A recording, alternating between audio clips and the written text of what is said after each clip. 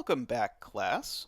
This is going to be the last video for this week, but I wanted to give you a couple more examples of combinatorial proofs, and then I'll have a combinatorial proof for you to turn in with the homework in tech this week. But I wanted to use the combinatorial proofs that I'm going to do in this video to prove two identities that have always sort of sat with me as being really interesting and sort of feel profound in their own way. And they're the formulas for the sums of the squares and the sums of the cubes. So this is the sum from 1 up to m squared. This is the sum from 1 cubed up to m cubed. And you get these really random looking formulas that are usually written in this fashion. And usually the way that you're told to prove these is by using the principle of mathematical induction, which on the one hand is a very efficient way to prove these formulas. I mean, it's a little messy algebraically, but spoiler, what we're going to do today is also going to be a little messy algebraically, so it's not really a win there. But in order to prove something like this using induction, you specifically need to know the answer to the question before you prove it. And that's mathematically pretty unsatisfying. So what we're going to do today is I'm going to convince you that you could get this answer by combining two combinatorial proofs, one of which we've already done, and one of which we'll do today. And then for the homework, I'll leave you to do this similar question. And I'll note the harder half I'm going to do for you today, so you'll be left with just one sort of combinatorial proof to figure out and then write down in terms of this. But let's start with the first one. And so the thing I want to realize to start with is that I can rewrite the terms n squared in this sum in terms of binomial coefficients. Namely, I can rewrite n squared as, and so I can rewrite n squared as 2 times n choose 2 plus n choose 1. That's the thing I want to do. Okay, so it's not immediately clear why that's helpful, but I want to know why is this true. Okay. And I could FOIL all of this out by using all of our sort of algebraic formulas, but I don't want to. Instead, what I want to do is I want to think about what n squared is combinatorially. Namely, n squared is the number of ordered pairs of elements of the set 1 through n. Okay, so that is, it's the number of things like 2, 7, and 5, 3, and 4, 4 that show up if, say, these would all live in the case that n is 10, for example. Okay, so now why could I count these ordered pairs in this weird way? Well, here's how.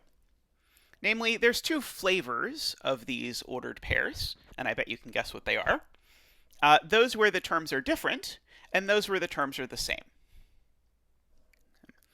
In the one where the terms are the same, there's certainly n choose 1 of those, because I just choose which element, and then I put it in both spots.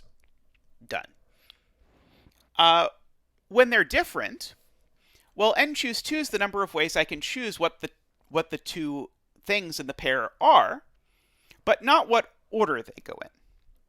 And so this n squared here is coming from, okay, well, I will choose which two things and then what order, or I'll choose one thing and put it in both. And so that gives me all the ordered pairs. And so what we have here is our pretty standard combinatorial proof that we've invented a counting question that the left side is an answer to, and then proven the right-hand side is also an answer to it. Okay, why is that helpful? Well, that's going to let us rewrite the sum as n goes from 1 to m of n squared as the sum as n goes from 1 to m of 2 times n choose 2 plus n choose 1. That is just literally the identity that I wrote for n squared before. Sorry, I'm not showing it to you. That's literally the identity I wrote down for n squared before. And then I'm going to break this up. This is 2 times the sum as n goes from 1 to m of n choose 2 plus the sum as n goes from 1 to m of n choose 1.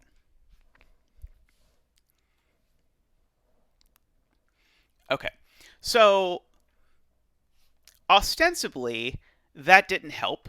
We replaced the question with calculating m squares and adding them together with the question of calculating 2m binomial coefficients.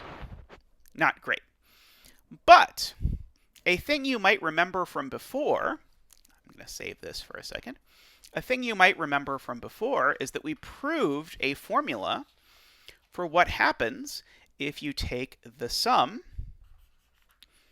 as n goes from 1 to m of n choose k.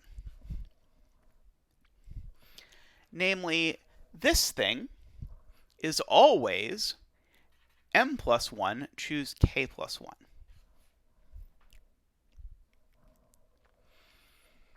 Now, why might that be? Well, here's why. Both of these things, okay, so I'm going to write a fact here. Okay, and the proof here comes from, again, thinking about what counting question do both of these answer. Okay, and so the question from the one on the right is just how many k plus 1 subsets of m plus 1 are there?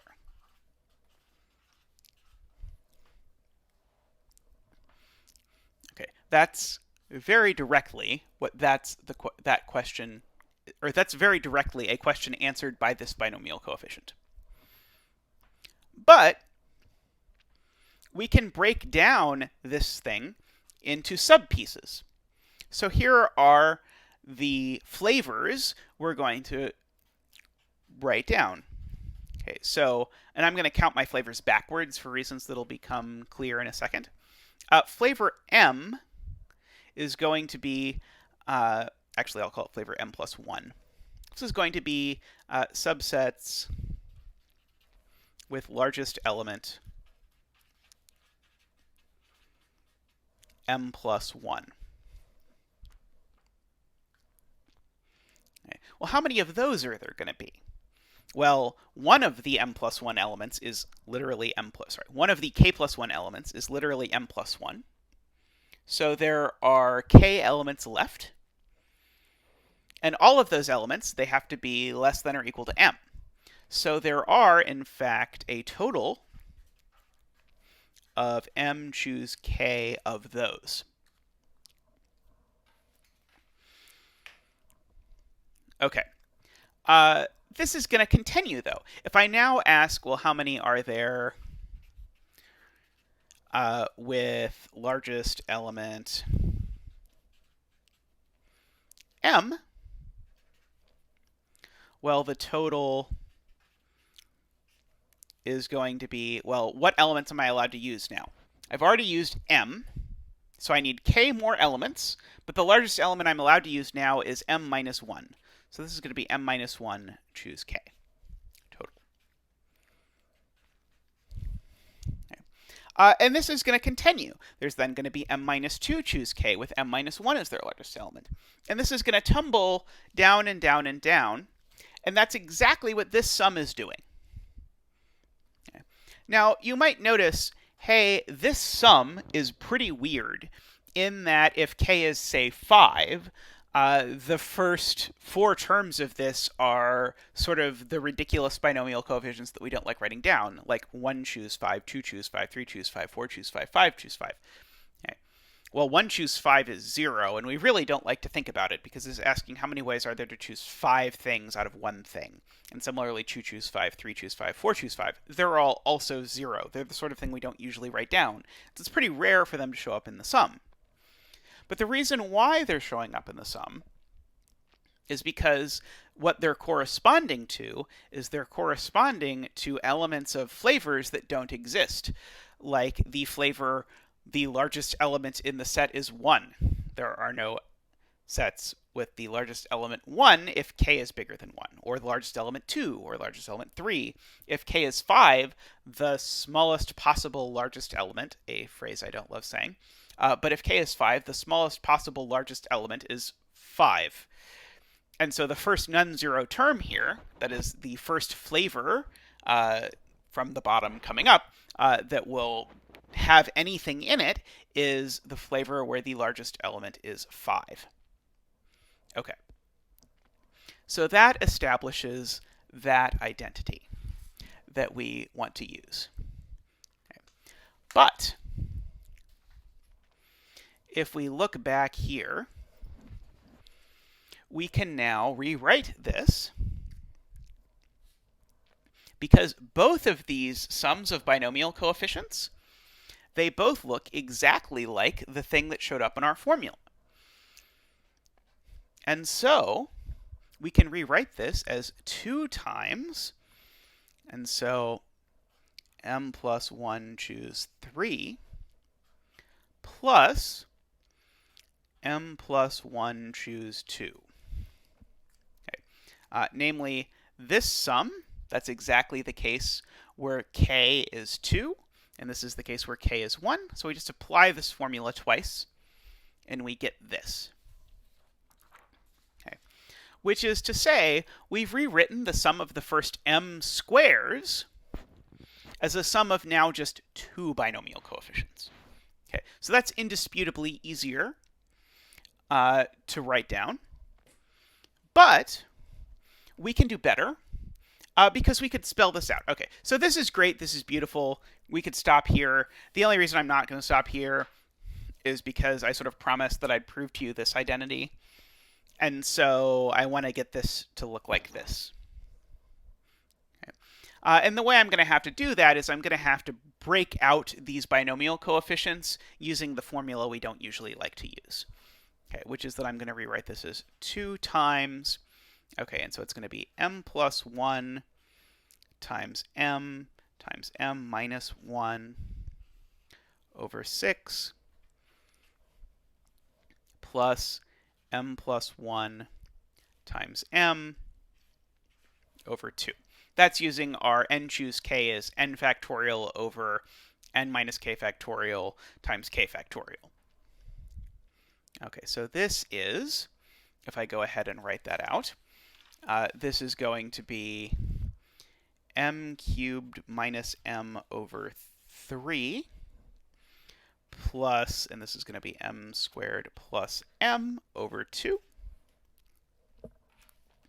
And that's going to be, if I put this all over a common denominator of 6, that's going to be 2m cubed plus 3m squared plus m. I have a plus 3m and a minus 2m, by the way. I'm skipping a step here, but that is what happens. So when you combine this, you get this. And hey, that you can check. That's exactly m times m plus 1 times 2m plus 1 over 6. If you can't read that, it's that, the thing from before. Okay.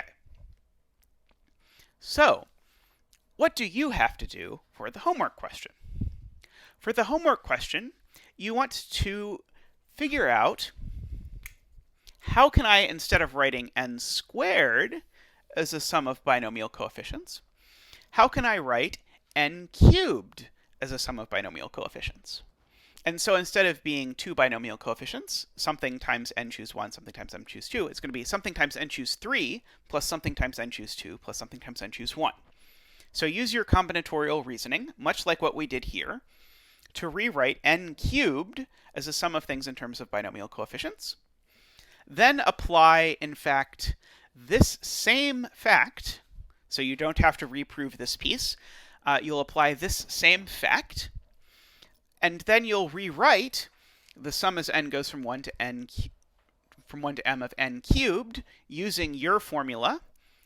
And then you'll use that fact 3 times, tidy up some algebra, and then you'll end up showing this result. All right, class, that's all for this week. But until next week, stay safe. And if you have any questions, email me, post them in the comments. I think I get an email every time you post a comment, but just in case if you post a comment and I don't reply for a day, just shoot me an email and say, hey, are you ever going to pay attention to me? And I will do so. Anyway, until then, see you next week.